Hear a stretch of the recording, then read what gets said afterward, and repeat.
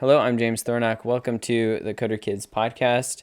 Today, we are going to dive a little bit deeper into the neurological. We started a little bit scratching the surface with Colin and Neil in episode 41, but on this episode of the podcast, we're super excited to invite Cindy Shaw. She is the founder of the Better Brain Academy. She is a certified Amen Clinic brain health coach and a neurolinguistic practitioner and hypnotherapist. And so, welcome to the podcast. Thank you so much for having me here. I'm really looking forward to it. Yeah, so typically the questions we start with have to do with technology. So we might include some technological questions, but we're really here to talk about the brain and specifically how the brain works with kids and parenting and different strategies that we can use to have healthy brains while our kids are growing up. And I'm cheating because my son's only a year old, but it'd be nice to have these strategies now. But if your kid's in middle school or elementary school or high school, these would be useful to know as well. Or in a university, right? University would be good too. So what are, you've done quite a bit. What got you interested, instead of technology, we'll say the brain? Have you always been interested from a little kid? Or is this sort of a recent development? Well, I actually was really into personal development starting when I was 16 years old. And so I took all of Tony Robbins' courses by the time I was like 21. Oh, wow. I then studied what he studied, which was neurolinguistic programming, which was about understanding how our brain and our mind works. And so then I went and I took my certification in that in hypnotherapy. And then I went on and taught women for 5 years how to change their mindset and how to really take control of their thinking, set better boundaries, their inner self-talk, and so forth. And so I loved doing that. However, in my mid to late 30s, I started to experience debilitating brain fog and really bad anxiety and depression. And it was so bad that usually by lunchtime, I couldn't remember if I'd had breakfast or what I'd actually ate for breakfast. And so I was freaking out. And so I went to my doctor. I got a brain scan done and came back, didn't say I had a tumor or anything. And then I went and I got my DNA analyzed, and it came back and said that I had a gene for Alzheimer's.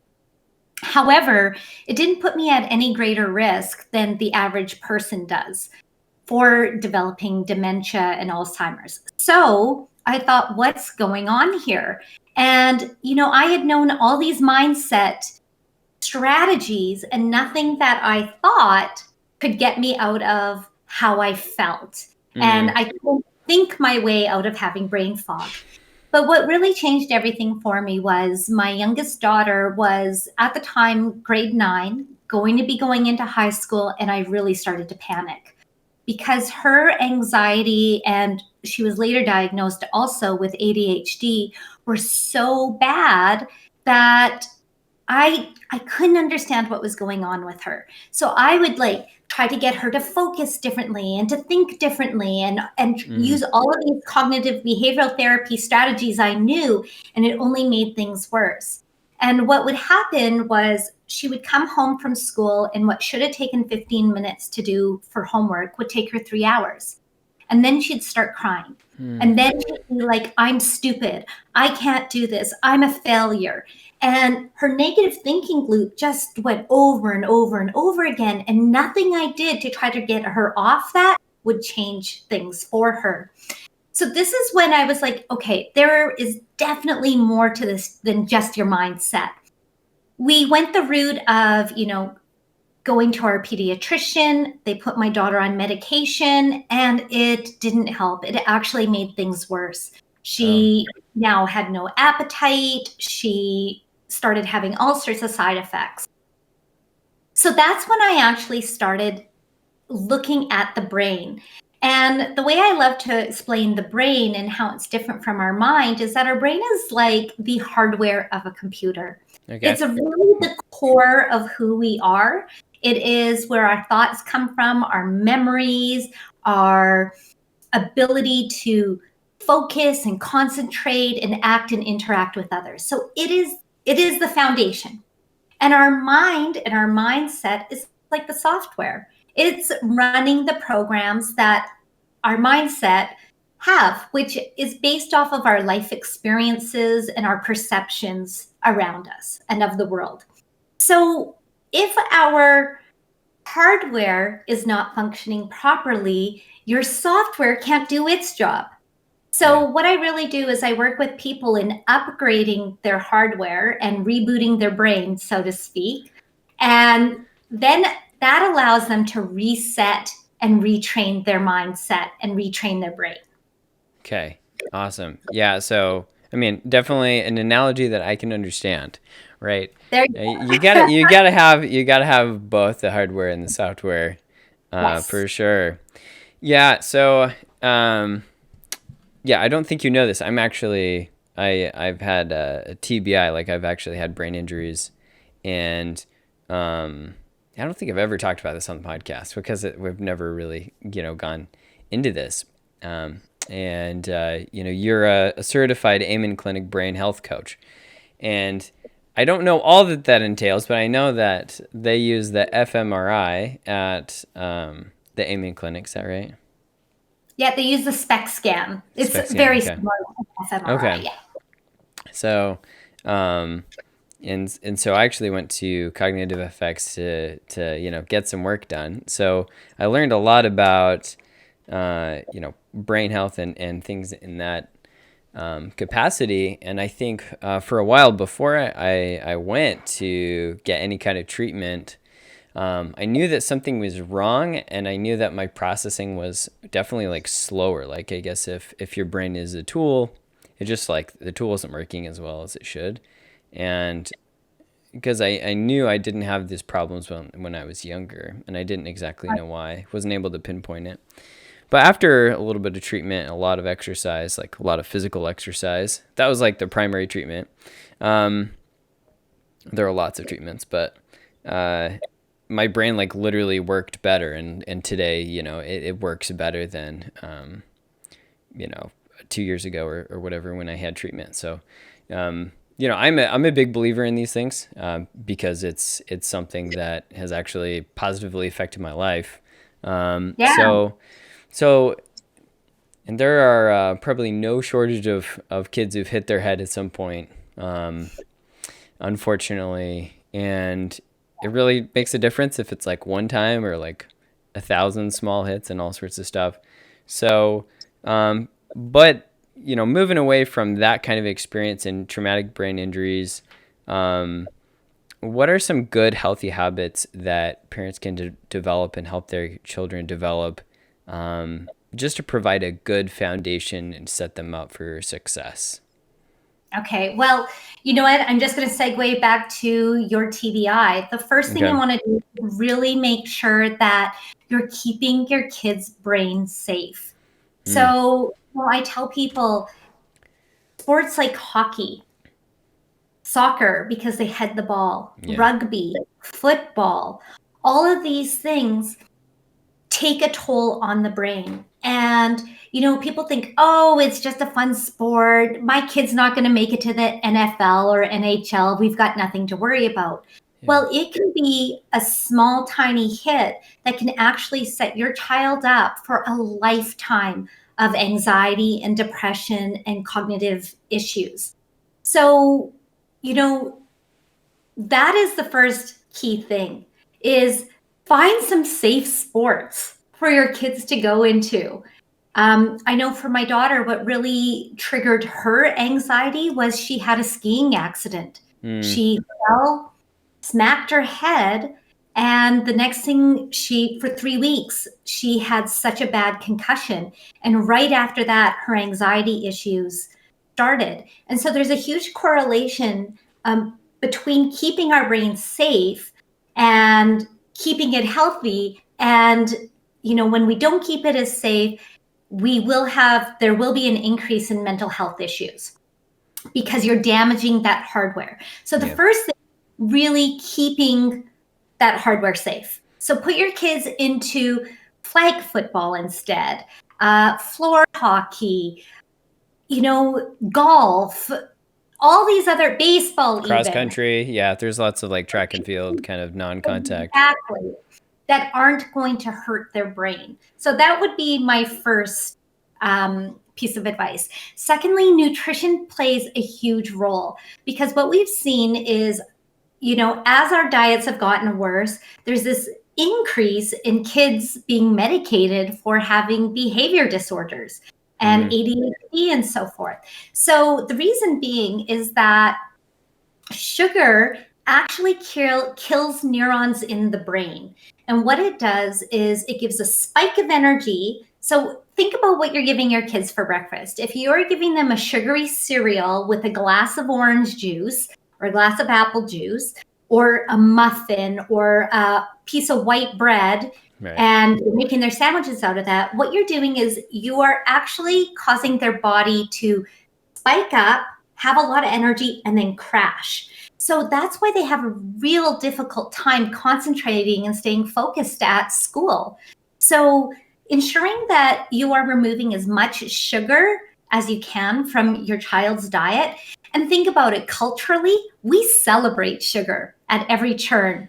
Holidays, Easter, Christmas, Halloween. All of these things, what they actually do is they light up the dopamine receptors in our brain, just like cocaine does. You would never give your 6-year-old cocaine. You have no problem buying them a Twix. So next time you go buy them a chocolate bar or something, what you're actually doing to their brain is you're damaging it as much as giving them cocaine. So, think about that. And I have a saying that if it's white, it's just not right. And if it's fried, it has died. So by that, I mean, if it's white, made with white flour, white sugar, so your pasta, your breads, your crackers, your donuts, your cookies that are made from white flour and white sugar, you are setting your child up to have that spike and crash. And then it makes it impossible for them to concentrate. And also the fat that is often used in fast food restaurants and also for making cookies and baked goods and so forth like that, it's high in omega-6s. Now, the brain is the most hungriest organ in our body. It consumes between 25 and 30% of our energy. So let's go back to the analogy of a computer here. Yeah. When you get a new computer or a new smartphone, it works really fast. It boots up quickly. The power lasts a long time. Well, it's the same with your brain and your child's brain. But as you start loading more stuff onto it, more pictures, in our case, as we start eating more bad food, start getting less sleep, start doing a lot of things that weigh our brain down, we start to slow down and our performance goes down. So thinking back about how can I upgrade my hardware and keep it functioning its best, food is the battery source. It's the energy source. So you want to make sure that you're giving your kids plenty of vegetables, plenty of fruit. Be careful on fruit. Like I do not recommend fruit juices because it's refined and it's got a lot of sugar, but an actual apple is good. Things that have lots of fiber are good to include in their lunches and that feed their brain. But you also want to include a lot of healthy fats because our brain is made up 60% of fat. So it's like you need to lubricate 60%, wow. 60%. So omega-3 fats, which are found in walnuts, chia seeds, flax seeds, almonds, not almonds, but salmon. All of these help, again, lubricate the brain so that it functions at its best. So, and when I say give your kids nuts and seeds, I don't mean going to Costco and getting a big container full of nuts and seeds, because if you actually look on the back, you're going to see that it's fried in oil. Yeah. And it's got all those bad fats. So you want to get raw nuts and seeds. And you want to switch over to whole wheat products and check the sugar, because the average person should not have more than 7 teaspoons of sugar a day. And the average Starbucks drink has about 10 to 12 teaspoons of sugar. Yeah. And that's just one drink. So you're actually causing the brain to stop growing neurons and firing as well when you have more sugar. So a quick way to find out how many teaspoons of sugar are in something is just look at the grams. Like if it says 40 grams, divide that by 4, and it will tell you how many teaspoons. So like a can of Coke has around 44 grams of sugar. That's 11 teaspoons of sugar. So, helping your children make good decisions. And this is what I really took on. My girls are now 20 and 21.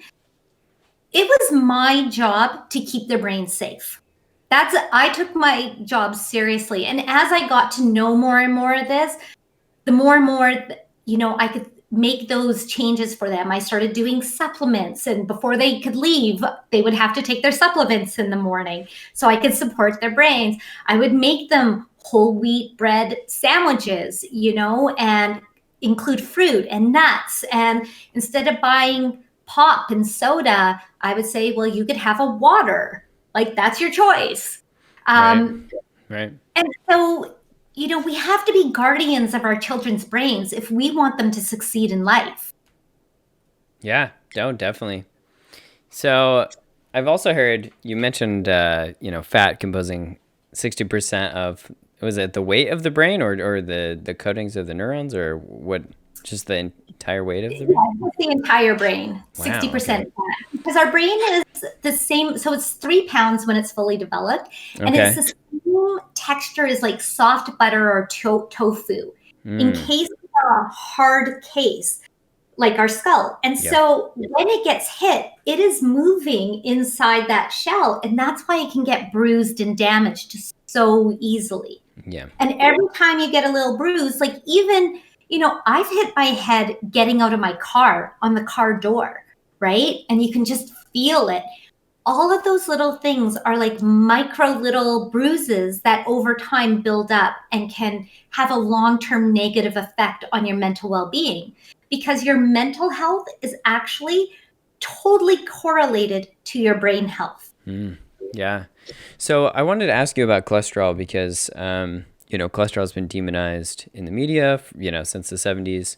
And, I'd heard recently that it makes up a significant amount of the nylon sheath coatings for neuron firings. Is that accurate? Yes, absolutely. Like we need cholesterol. Yeah. It's like, where are you getting your cholesterol from? So many foods have been demonized that are actually good for us. I grew up in the 90s when everything was and 2000s when everything was low fat. Yeah. Low fat craze. But what low fat did was make everyone fat, because what it did was it took all the good stuff that was actually in our food and it replaced it with sugar. That's right. And so what ended up happening was we all got fat as a result. And I say, if you eat the standard American diet, you're going to have the standard American diseases. Yeah. And we are setting our children up, with obesity and ADHD and anxiety and depression. And it can all be brought back to our food choices. And when we make better food choices and we supplement our body correctly, we can feel different. We can be different. Yeah. Yeah, absolutely. Yeah. A lot of the stuff you're saying, I've actually heard before, not all of it. This is really, really interesting and it's so important. So, I eat a diet of like, there's zero sugar and actually don't eat carbs at all. I'm like living zero carb. It's a very strange. I'm not recommending this, by the way, but this, that's what I do, and it found works for me and specifically my brain. Yeah, definitely. What would you say? I don't know if you've mentioned meat yet. Do you avoid those altogether? Do you just avoid processed meats? You were talking about, refined sugars and things like that. Do you stay away from things that are processed with phosphates and nitrates, or are there, certain meats that are good or better or best? Sure. So what I recommend to my clients is eating beef. So I adhere to what I would call the caveman diet, or it's Mm-hmm. also known as the paleo diet. And this is based off of thousands of years of evolution and what our brain needed. Because we were traveling tribes for most of, the thousands of years that humans have been on this planet, Sure. small tribes hunted and gathered. So meat made up a large portion of people's diets. Yep. And you very rarely came across carbs Oh yeah. like raspberries or wild berries and things like that that actually grew in the ground. Or non-poisonous roots. Very rarely. I mean, very, very rarely. So genetically, and how our gut biome has evolved over time, is we actually need those foods to function best.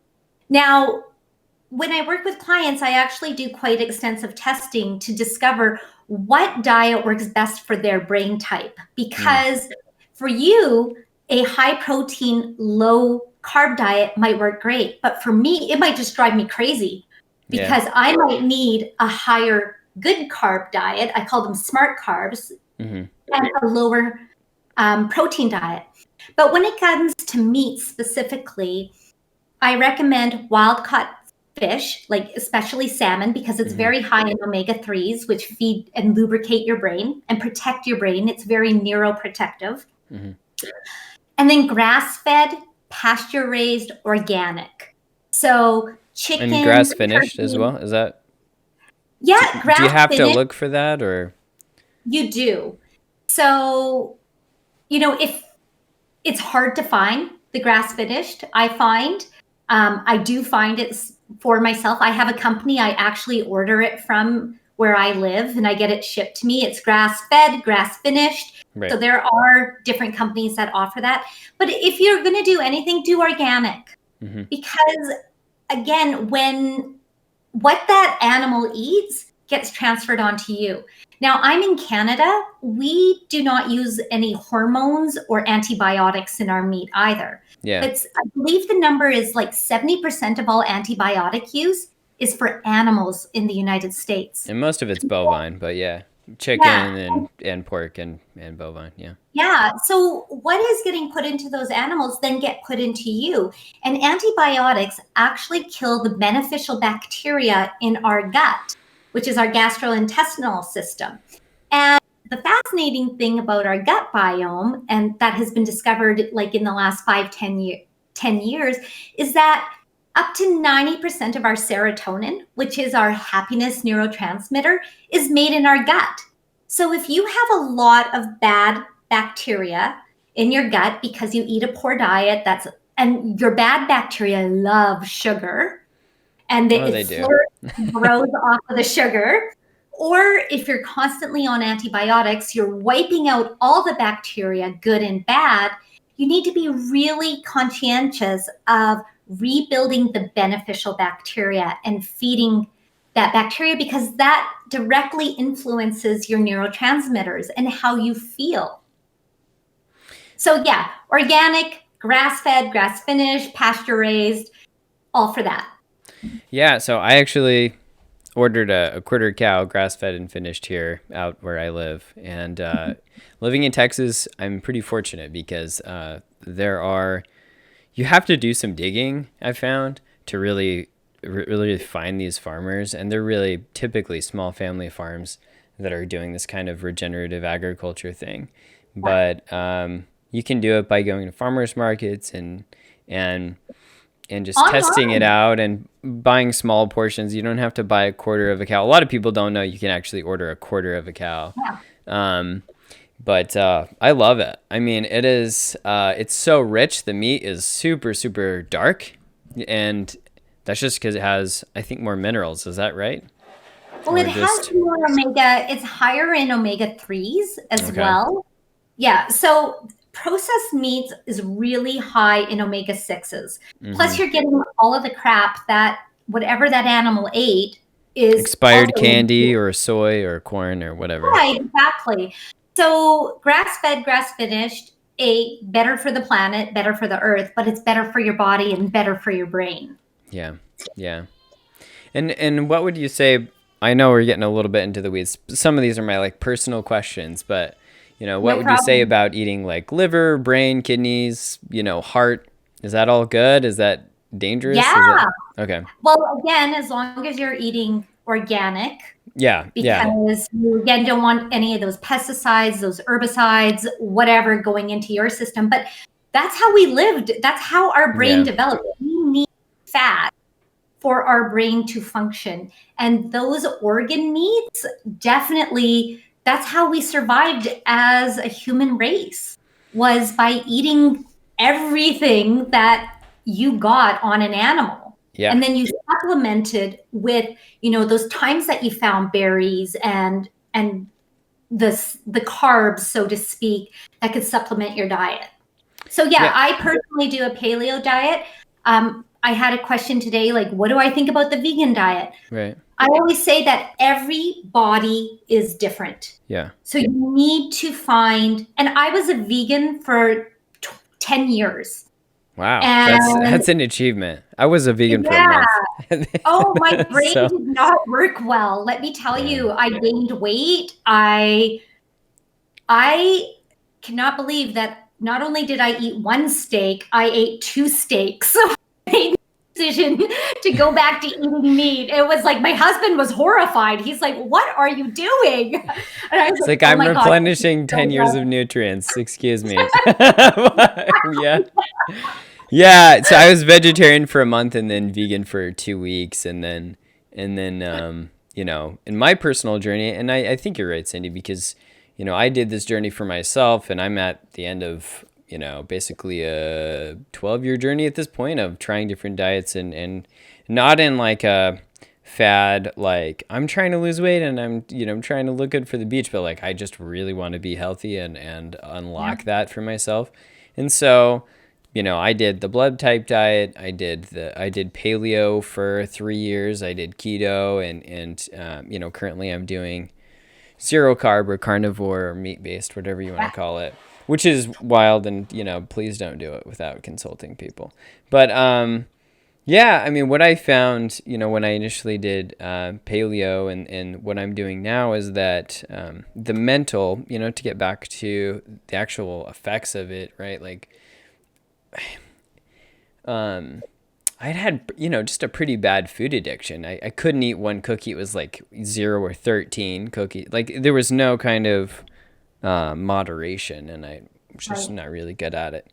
And it just didn't feel voluntary. It was like I was doing something, but not like really enjoying it. But I was getting like pleasure from it, but I wasn't like enjoying it. Well, Which is kind of it's like an addiction. That's yeah, what that an is the addiction yeah, is. that say that's the definition, right? So, what was nice was after a certain period of time, I think it might have been like 9 months, after doing paleo, I walked down. I have a grocery store in Texas called HEB. It's the best grocery store in the world. But anyway, when you come down to Texas from Canada, you gotta check it out. But I walked down the bread aisle with like in any grocery store, and like the bread didn't look like food anymore. It was like a magical kind of like a weird experience because I'm like, yeah, I ate that all growing up, like pasta, whatever. Like I know what this stuff is, but it just looked like kind of like ugly decoration. And yeah, it was wild. Like there was something that like switched. And along with that, the effect of that was like when it was mealtime or when I was hungry, I ate. And then when I was done, like I was satisfied. And like my mind wasn't in a frenzy trying to think about like what's the next thing I'm going to eat. And like this jitteriness, like I didn't have that anymore. If I have jitteriness now, it's because like I have like too much energy, which I suppose is a better problem to have. But yeah, so like I'm a my experience has been a testament to that, and Yeah. so And I know, like, as busy moms, it's easy to, you're running kids from one thing to another. And I know COVID has changed everything for everyone upside sure, down. And people are gravitating more to comfort foods, right? So the high sugar, the high fat, the high salt foods easy to, foods, yeah, yeah, to calm our nervous system. yeah, However, we're really setting ourselves up. I'm calling it pandemic stress disorder. because our brains are just on like overload. And same with our children's. And so, I've been that busy mom running around. And what I can say is you can still make good, healthy food choices. So, like, for instance, I found out where all the wrap places were around where I had to drive my kids. Oh, okay. It was a whole wheat wrap with brown rice, some chicken, and vegetables in it. Way better than a burger and fries. Or if we did have to stop at Subway, same thing, I would get them to hollow out the bread, and it was a whole wheat bun. And then, they could have a tuna sandwich or something like that with pickles and lettuce on it. So it's really, and especially as your kids are younger, you get to make more of those choices for them. So I would say it's easy, and once in a while, stopping in and grabbing that Happy Meal or, whatever from Wendy's is convenient and easy. But if you're doing it more than once a week and you're feeding your children high carb, the white's not right, high fat stuff, their behavioral issues are going to be related to what they're eating for the most part. Mm-hmm. So changing that and then looking at your children's sleep patterns. And this is where technology can play a huge negative influence on kids, especially as your kids get older. So as kids develop, what happens is the brain is not fully developed until the age of 25. And the prefrontal cortex is like the CEO of your brain. It's the decision maker. It's the one that follows through, makes good choices, and has empathy. But the reason kids do stupid things, and trust me, I can ask my girls, I would ask them, like, why would you do that? Like, what possessed you to do that action? And the answer would be, I don't know. And it's honestly, they don't know because their prefrontal cortex has not been completely formed yet. They don't actually form till they figure 25 in girls and probably 28 in guys. So, and the prefrontal cortex is the part of the brain that's most likely to get damaged. So 90% of head injuries happen to that part, which now, if that part's not functioning properly, you have someone who's impulsive, taking risks, who doesn't make good decisions, who has little empathy for others. So think about having those qualities as you mature. Those are not great things that are going to help you have healthy relationships, be happy, have a good marriage, stay gainfully employed, and to contribute. So really taking care of that part of the brain is super important. And this is where sleep is super important too. So when we sleep, our brain, especially, babies sleep so much because their brain is developing. And as they hit the teenage years, same thing. The brain and the myelinization of all of those neural connections in the brain are taking place. So, there were many a night I would walk into my kids' room because I could hear them talking, and it would be midnight. And I'm like, you've got to be up by 7 to go to school. Now, the average teenager needs over 9 hours of sleep a night for their brain to work properly. And so it was their darn devices. And I had to put rules around. I had to take their devices away, like by 9 p.m. and said, you cannot have them because the blue light off of whether it's a TV screen, a computer screen, or a phone screen actually messes with the melatonin. And your melatonin is what helps set and regulate your sleep patterns. So I had to start taking away their devices and making those tough choices because as a guardian of their brain and mental wellness, I had to do it for them because they didn't have the foresight. Their prefrontal cortex was not fully developed yet. So I had to use mine and make those hard choices to support them in being the best that they could be so that they could have that sleep that is so important to their mental well-being and to their functioning. Yeah. So that was you answered the question I was going to ask, but Yeah, I wanted to ask about blue light and everything. Word has gotten out about blue light. It's an excellent signal. It's naturally produced by the sun. It's again, you can check me on any of this because I'm not the expert here, but I'm just going based off of what I've heard. And the sun stops producing it, what, around, or it doesn't stop producing it. Like the sun is always the sun, but like because of, the, I guess I don't, Wavelengths. yeah, the wavelengths and the angle of the sun in relationship to the earth, we stop getting them around what, 2 p.m. Is that accurate? Or is I it believe so. or Yeah. is it a little bit And one later? I way mean, it probably to, depends on where you're living too, a yeah, bit. So, yeah, so I want to ask about that. Obviously, Coder Kids, we love screens. I have 3 in front of me right now. Well, 4 actually. I've got 3 monitors and I got an iPhone, and I usually have an iPad here. So I'm all screened up. So I do have some questions because a lot of parents wonder, what's the proper role of technology? We've spoken a lot on the program about the types of programs that are good, that are academic, that encourage and foster relationships, that different ways to keep kids safe online. Those are all well and great, but I don't think we've ever talked about blue light in a really serious sense. So blue light's not the bad guy. It's just that the screens are producing it, and it's sending the signal that it's 2 p.m. or earlier, or or it's morning. And yeah. we don't have a way of, like, if there's a politician lying to us, we can say, like, oh, that politician is lying. And then we can, like, make decisions accordingly, and not follow their advice or not vote for them or whatever.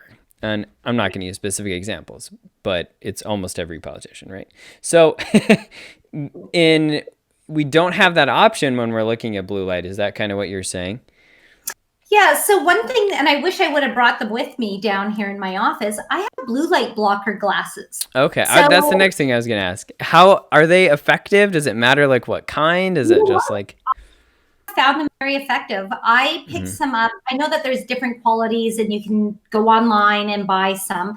Bought some at my local health food store. And about 9 o'clock at night, I put them on if I'm going to be watching something for, say, another hour, or if I go onto my screen. I put them on because, again, it's health filters. So I have the blue light blocker scheduled on my phone to go on at 9 p.m. And then I put on the blue light blocking sunglasses as well. And you can wear those throughout the day because what, again, it does is it's filtering out that harmful light that's going to throw your kids' melatonin sleep cycles out of whack. So you want to be conscious of that. The other thing is your brain needs a break literally every 25 to 30 minutes.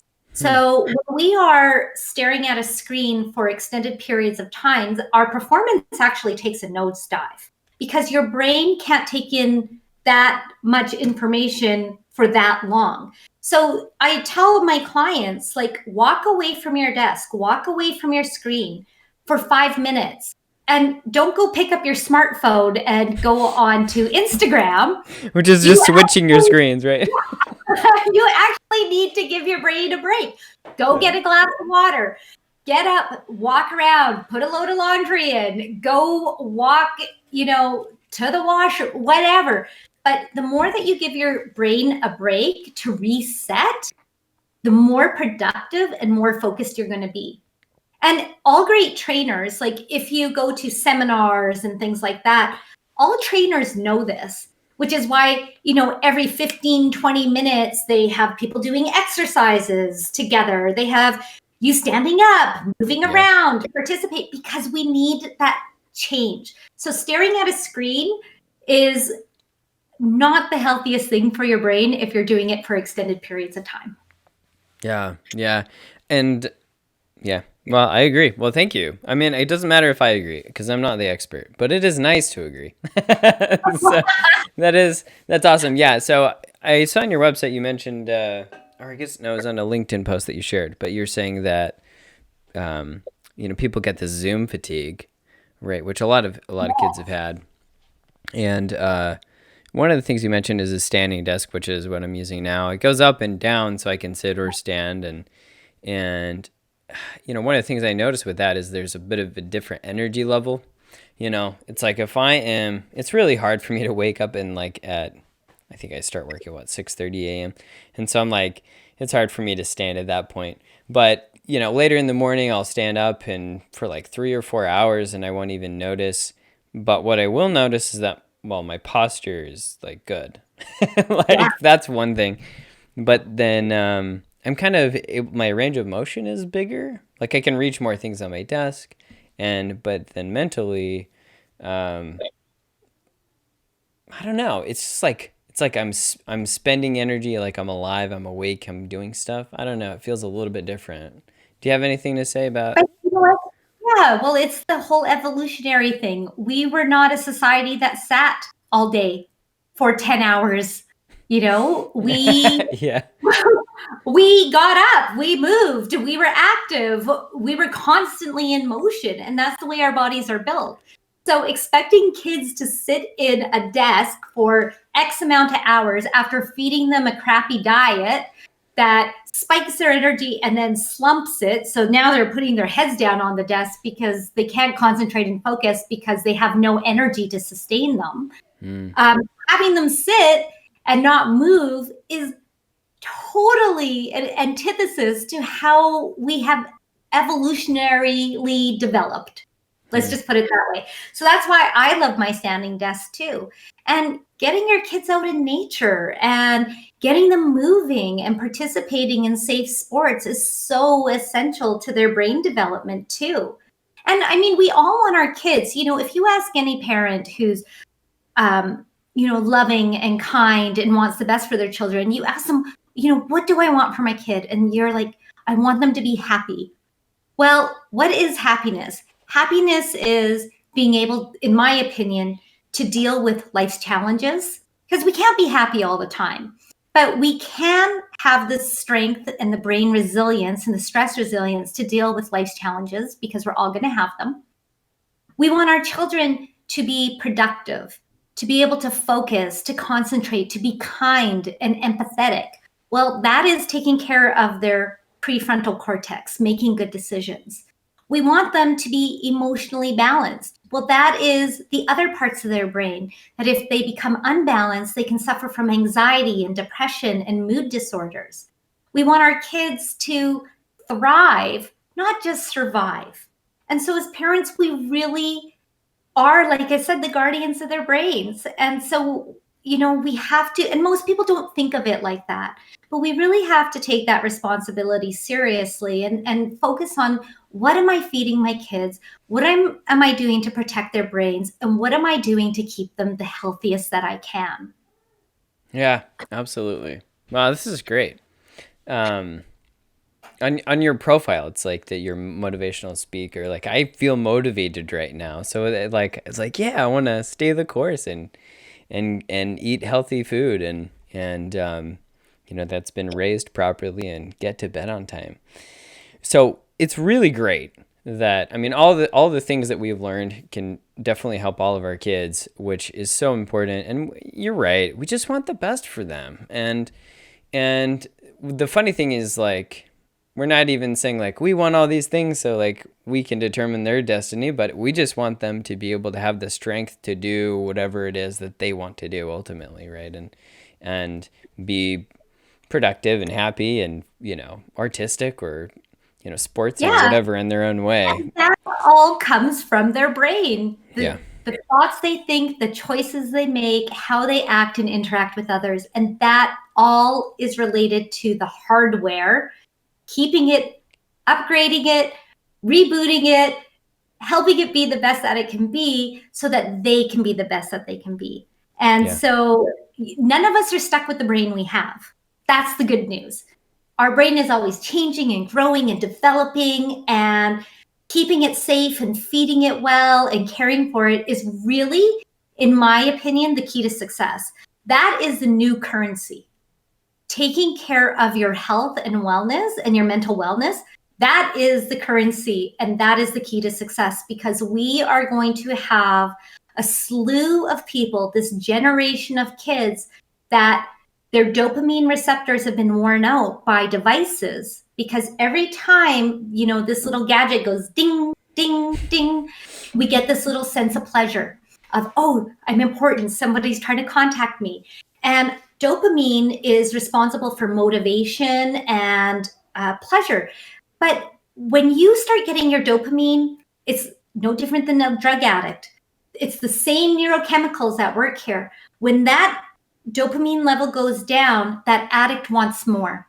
Well, when your kid is getting 100 texts a day, then 150, now they need 200 texts a day and dings or likes to feel validated and to get that sense of pleasure. And so as parents, we need to be so aware of what we're doing to our children's brains, because essentially what we're doing is we're wearing out those dopamine receptors where they need more and more stimulation to feel pleasure, which is why there's an entire correlation of smartphone use. When smartphones came up, anxiety, depression, and suicide increased as well, and has been ever since. And it comes down to the neurochemistry of our brains. Yeah, I saw that in The Social Dilemma, I think you mentioned. Yeah. Where specifically teen suicide increased with the prevalence of social media, which was really heartbreaking when I saw that. Now, all correlation is not causation, of course, right? So do the research. Feel free to look into this, parents. Anything that we're saying, feel free to verify. We're encouraging the critical mindset, but when you have, I think, this situation where you need to be public, like to the entire world, essentially, and you're being judged in comparison with everyone else. It's hard to be the best at everything. And when you're 12, when you're 11 or 8 or whatever, being exposed to these things, including pornography, that can also have some of these deleterious effects, like you're mentioning, with destroying dopamine receptors and just kind of like warping your sense of reality. These are all things that you as parents have to deal with. And so, I hope you get a little bit of, empathy from me. My son's a year old, so I'm at the front end of this. Feel free to call me and give me advice. But, as you make these decisions, and they're any family decisions are going to be tough. But I think at the end of the day, you can be empowered knowing that, you're doing this because you love them, because it's for their good, and because you want them to have this awesome tool that they can chart their own course with. And I just think that's super important. I did have, I get on soapboxes. Everybody knows this, but I have 2 questions specifically. One's about sleep, and then one's about meditation. We'll start with sleep, because that's my problem. I exercise fairly regularly. I do cardio, stretching. It could be better, but it also could be worse. With sleep though, I think one of the blessings of our ancestors is that, when the day was done, like the sun was gone, and, you could light a candle, but then, you had to pay for candles. And so it wasn't entirely cheap to just like leave everything on. Leaving everything on is the default mode of civilization in 2021. Yeah. With bingeable Netflix and YouTube and infinite amount of video games that you could play. I say infinite because I own over 700 at this point. And it feels pretty much infinite. Yeah. And everyone's always wanting me to play something new. And I'm like, well, I've got a backlog of about, 500 games. I don't know if I could get to it, but in a world that's like legitimately interesting. And I'm not even including social media in that, because I've deleted my Facebook. I started a new one for Coder Kids, but I don't have like a personal one. So I'd say in a world that's really intensely interesting, like you could learn the guitar, you could learn to play music, you'd learn to edit videos or 3D render or or, learn how to do a marathon or whatever. Your body can do like pretty amazing stuff with a little bit of time and practice. What do you tell yourself to reinforce like a good bedtime? Like, is it just that, I'm having a good day now, or I'm having a bad day now, and I'd like to have a good day tomorrow? Like, what kind of things do you say? I don't know, call them affirmations, call them just, truths or whatever. Because that's something I struggle with. When my son goes down for bed, which he's the best sleeper in our house. He goes down exact same time every single day without fail, unless he's cutting a tooth, right? So that's kind of the anomaly, and you just deal with it. But he's an excellent sleeper, and it's because we've been religious about getting him to bed at a certain time. I wish we would have been, a quarter as zealous about ourselves. So anyway, yeah. Do you have any tricks or just? So, I think your son is the Yoda on this.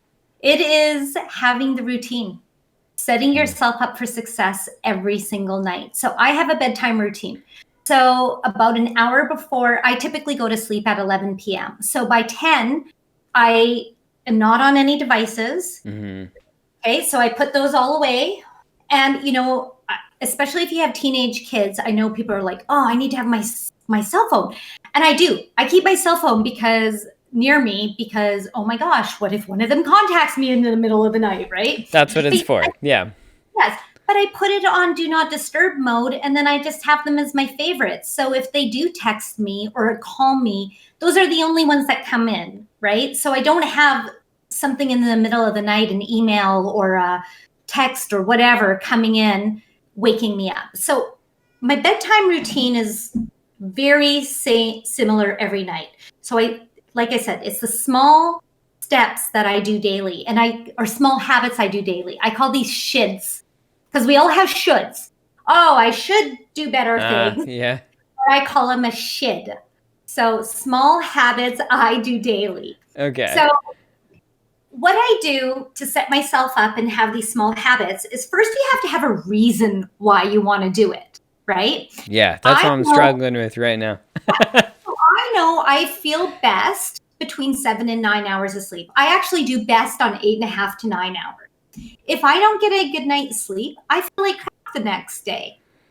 So I have a reason. I want to feel good. I want to have energy to build my business and to be the best mom, wife, friend I can be. So I have a good reason. Then you need to have little small steps that you do. So you need a reminder. So, I have my phone jack. I plug my phone in. I have my blue light glasses if I do have to check my phone for something. I have my sleepy time tea I bring to bed with me. Then for the next hour, I read an actual book. I don't go on a Kobo or anything like that because, again, the blue light would affect my eyes. I have a routine of going and brushing my teeth, and then I floss. And once you start doing these small steps, each little parts, on a daily basis, they become habits. So small steps done consistently become a habit. Congratulating yourself for doing something as small as, like, say, flossing your teeth one night, it actually releases that dopamine and makes you feel good, which is what gamers have discovered when, you're playing a crossword game or Angry Birds or something and you go to the next level. It's like, yay, explosion of, present. Okay, what was that? All it was something that gave you that dopamine burst. Yeah. And neuroscientists have discovered we can give ourselves that little dopamine burst by just going, yay, in our head. So by doing, you set up a nighttime routine. The other thing I recommend for sleep is dark, cold rooms. Okay. So again, ancestors slept in the dark, didn't have light. So a dark, cold room. I actually have like an iPad or an eye patch thing that I wear. Yeah, an iPad would be like rough on you. So much blue light just blast you in the face. No, but yeah. You know what I mean? Yeah, no.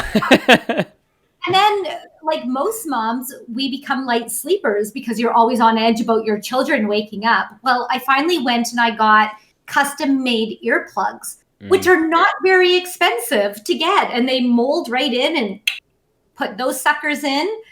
And I can still hear stuff, but it's not like every little creak in the floorboard type of thing. Cold room, 68 degrees Fahrenheit is the ideal temperature to keep your room for night. And get rid of those distractions. Like, don't watch TV in your bedroom. Don't go on your devices. Have a consistent bedtime. Have a consistent routine. It works for your son for a reason. It does, yeah. It works for you. Yeah. And you have more, but you have more volition. No one's putting you down in a bed and saying, go to bed. Yeah. No, yeah. God isn't being like, all right, now lights off. You don't get a choice. Here's you in the sleep sack. Yeah, no, it's us left to our own devices. Well, this is all really good. I did want to ask you about meditation, before we go, and this has been a wonderful conversation. You hear a lot from, tech gurus and stuff. It's become pretty hip, probably for a decade now. How do you do that? Let's say someone's sold on the idea. What does that actually look like? What is that? Is it writing stuff down? Is it closing your eyes? Is it humming, and doing, like a tantric chant? Like what is it exactly? Because I think it means different things to different people. People say like, oh, I was meditating or I'm doing a meditation, but like it could mean like a million different things. So are they all good? Are there some practices that are better? Well, I think that, something that's been around for thousands of years and has stood the test of time is something that we need to pay attention to. And I find it humorous that, it took like Facebook executives to be like, oh my gosh, this is amazing to validate it. Yeah. And all these yogis throughout the world are like, yeah, we do.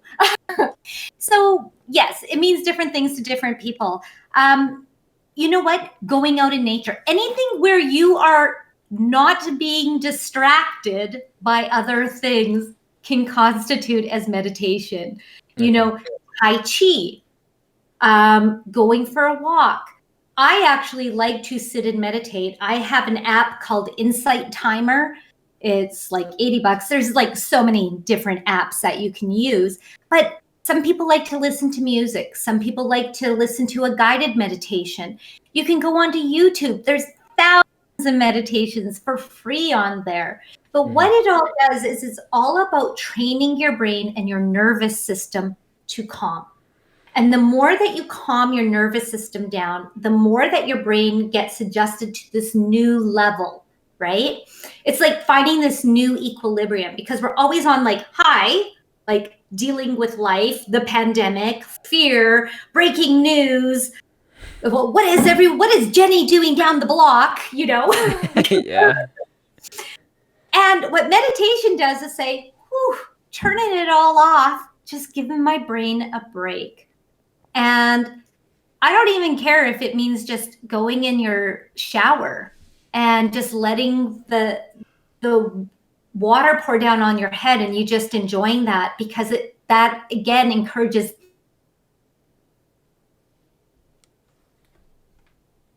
because your brain needs that time to be turned off in order to turn things up.